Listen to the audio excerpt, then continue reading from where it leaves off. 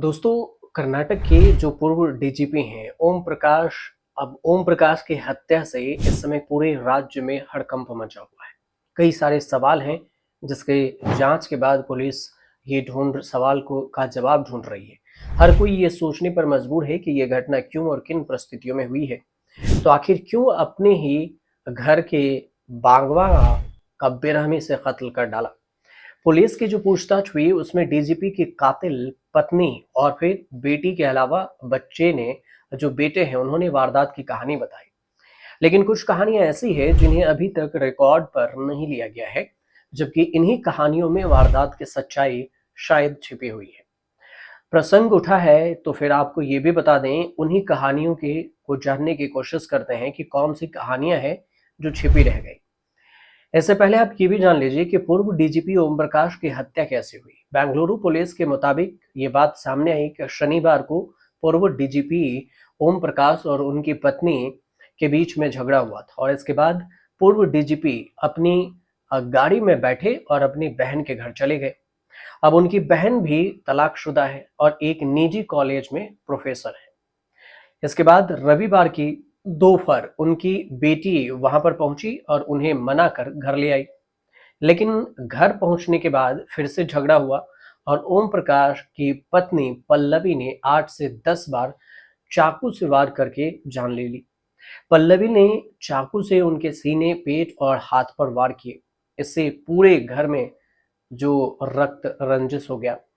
20 minute तक देखें तो इसमें अचानक से हुए इस हमले के बाद खून से लथपथ डीजीपी अपने घर में गिरकर 20 मिनट तक उस स्थिति में तड़पते रहे। इस दौरान पल्लवी और उनकी बेटी वहीं पर खड़े होकर उन्हें मरते देखती रही थी और वहीं जब वह पूरी तरह शांत हो गए तो पत्नी पल्लवी ने एच एस आर में पुलिस को फोन कर घटना की जानकारी दी।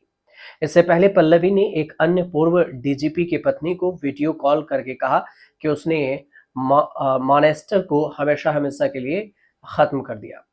इसके बाद मौके पर पहुंची पुलिस ने पत्नी और बेटी को हिरासत में लिया। जरूरी पूछताछ हुई।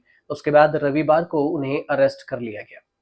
अब क्यों हत्या की नौबत आई थी, ये सवाल है। मूल रूप से चंपारण बिहार के रहने वाले पूर्व डीजीपी ओम प्रकाश ने बेंगलुरु में काफी संपत्ति बनाई थी।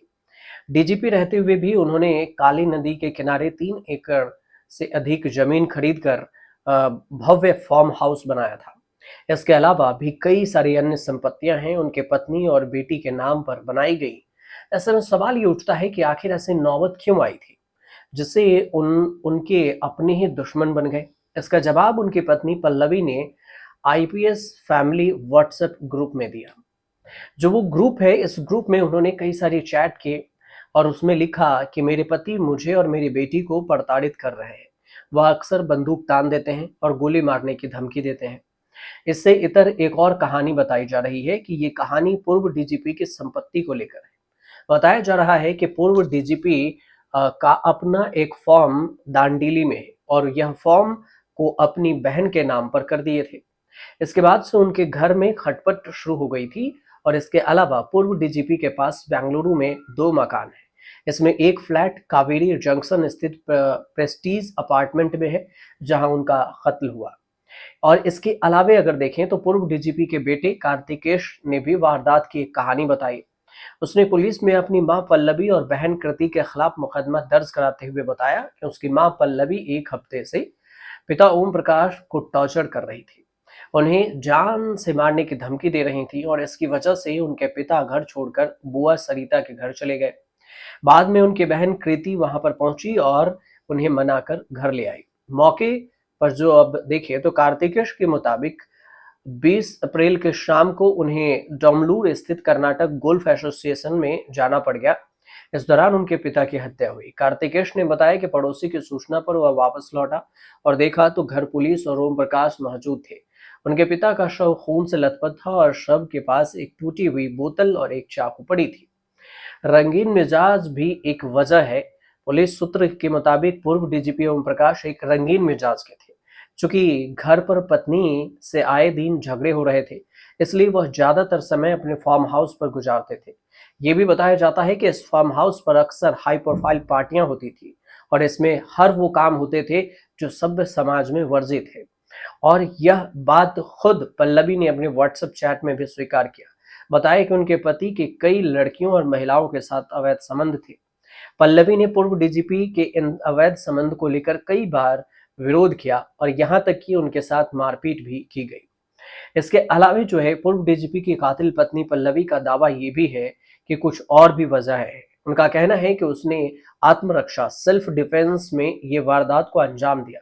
पुलिस को दिए बयान में ये भी कहा गया कि उसकी पति ने पिस्टल तान दिया था और वह उसे गोली मारने वाला था, इसलिए उसने बोतल फेंक कर उसे मारा और जब वो गिर गया तो चाकू से उसे गोद कर हत्या कर दी, जान ले ली। मडिवाला एसपी वासुदेव ने पल्लवी का बयान दर्ज किया और पुलिस इस वारदात में पूर्व डीजीपी की बेटी और भूमिका की जांच कर रही है। आगे क्या कुछ होगा ये आने वाले वक्त में पता चलेगा। फिलहाल जो जानकारी सामने आई है उसमें ये बात खुलकर सामने आई। आगे की जांच में कुछ होगा अपडेट तो हम आपको जरूर बताएंगे। फिलहाल आपको जानकारी सही पहुंची हो तो हमारे चैनल से प्लीज जुड़िए, सब्सक्राइब कीजिए, शेयर कीजिए और कमेंट जरूर कीजिएगा।